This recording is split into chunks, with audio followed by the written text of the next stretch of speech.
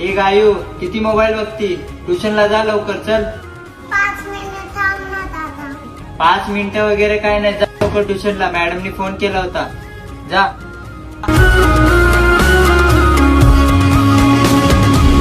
बातों को बहने दो, बाहों में रहने दो, है सुकून इनमें.